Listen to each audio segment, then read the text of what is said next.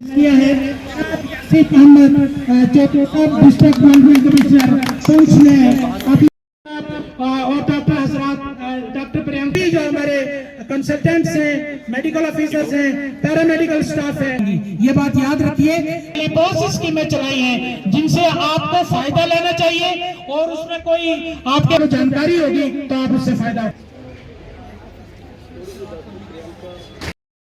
Silent killer, काफ़ी लोगों को सालों साल हेपेटाइटिस वायरस उनका ट्रीट हो रहा होता है, वो उन्हें पता भी नहीं चलता।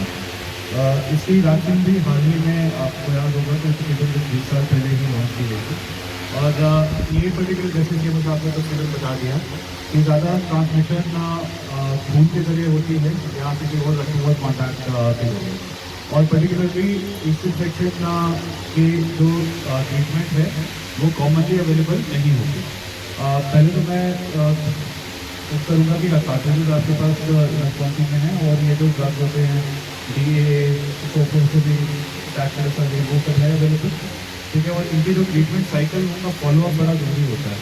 तो ये जब एक बार दवाई लेके जा रहे हैं वापस तो उधर लोकल PHC या सब सेंटर पे कोई बंदा होना चाहिए जो उनको रिमाइंड कराए कि इनकी ट्रीटमेंट पीरियड कब तक है क्या है, इस चीज़ का खास ख्याल रखें। मेरी गुजारिश होगी तमाम मेडिकल फैटर्निटी के मेम्बरान से कि इस जो भी आप OPD चला रहे हैं उसमें अगर पेशेंट आपके पास किसी और मरीज के लिए आ रहा है फिर भी उसके अगर सिम्टम्स इंडिकेट करते हैं that he should be screen for hepatitis और any of the hepatitis then we must be made aware about the same, उनको फैसिलिटेट करना चाहिए।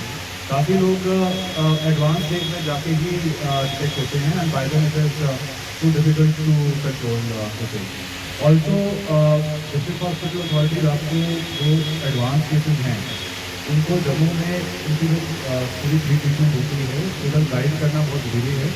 और आपके जो डेडिकेटेड स्टाफ है कोई मतलब हेल्थी जो देखता है बिल्कुल Jammu they should not go without any guidance, उसको पता होना चाहिए कि who they are supposed to meet, क्या ट्रीटमेंट उनको इन साथ साथ आपको बहुत मुबारकबाद। ये कैंप उम्मीद रहेगी कि ये कामयाब है। बहुत शुक्रिया। बार बार होता है, जिन लोगों के मल्टीपल सेक्सुअल पार्टनर उनको अवेयरनेस करना है कि इस बीमारी के बारे में क्या एहतियात करनी है, पब्लिक को हमने यहाँ अवेयरनेस करना है। उसके बाद हमें इसके लिए एक्शन जो है वो लेना है ताकि एलिमिनेट कर सकें हम हेपेटाइटिस को अपनी सोसाइटी से। जैसे कि हमारी फिगर्स साहब तशरीफ फरमा है, मैं उनसे गुजारिश करूंगा कि आज इसके हवाले से वो आज के यहाँ पे आके रोशनी डालें।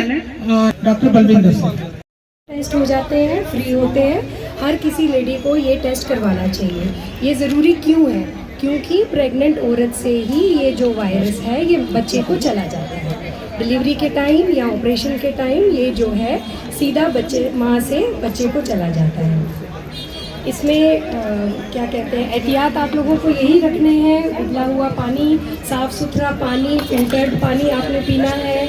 ये ब्लड के कंटैक्ट से भी हो जाता है। तो जब आपको कोई उन्होंने बताया डॉक्टर साहब ने जैसे पहले सिरिंज आपको लग रही हो उसमें आपने एहतियात रखना है, यूज सिरिंज आपने नहीं इस्तेमाल करनी है, अपना साफ़ सुथरा खाना खाना है।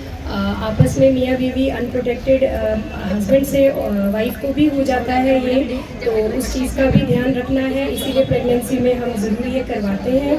बाकी यहाँ पे अगर किसी प्रेग्नेंट लेडी को ये हेपेटाइटिस की शिकायत हो जाए तो उसका पूरा ट्रीटमेंट हमारे पास है। नॉर्मल डिलीवरी या जो ऑपरेशन है वो हम लोग यहाँ करते हैं, उनके लिए पूरी तैयारी भी यहाँ की गई है। जैसे जैसे टाइम पे आपको निर्देश दिए जाए उनको आपको फॉलो करना है।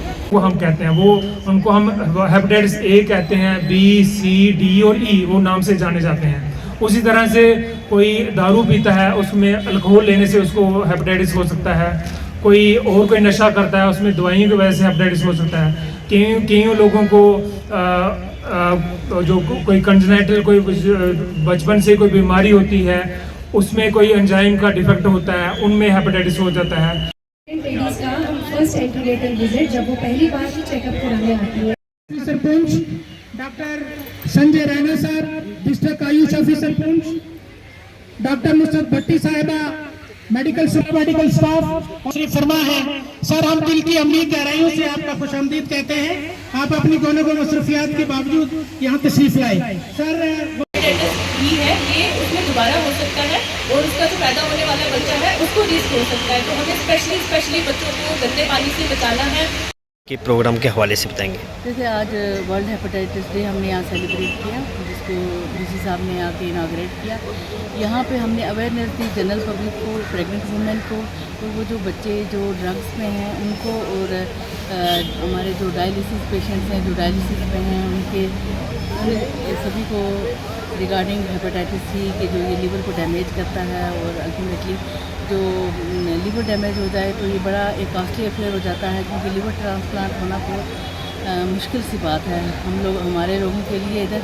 तो उसी में हमने लोगों को ये अवेयर किया कि वो किस किस्म की डाइट लें, किस किस्म की दवाइयों से बचें, कैसा उनका लाइफस्टाइल हो, प्रेग्नेंट वुमेन को उनको कैसे इन्वेस्टिगेशंस करानी है, कैसे ये ट्रांसमिट होता है। जैसे इसका है कि कंटेमिनेटेड ब्लड, जैसे गंदी सिरिंज से, गंदी किसी भी नीडल से जो यूज़ करेंगे, कॉमन यूज़ करेंगे, तो उससे होगा अनप्रोटेक्टेड सेक्स से, सेक्सुअल रिलेशनशिप से वो भी ये ट्रांसमिट होता है।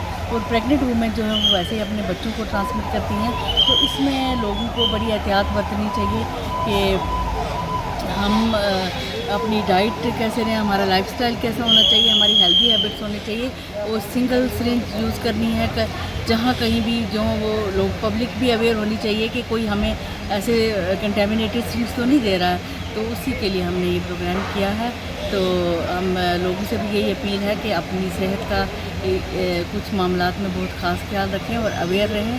तो इसी के रिगार्डिंग जैसे क्रोनिक रीनल फेलियर का केस है, अस्थमा का केस काफ़ी पुराना है, उसमें पुरानी स्टीरॉयड ड्रग खा रहा है जिससे उसका डिफेंस सिस्टम कमज़ोर हो गया, उन लोगों को ख़तरा होता है। टीबी का पेशेंट है उसको ख़तरा होता है। तो ऐसा उसके बाद जो लोग ड्रग्स वगैरह लेते हैं उनको ख़तरा होता है कि इन्फेक्शन हो जाएगा, क्योंकि वो लोग नीडल्स आपस में शेयर करते हैं।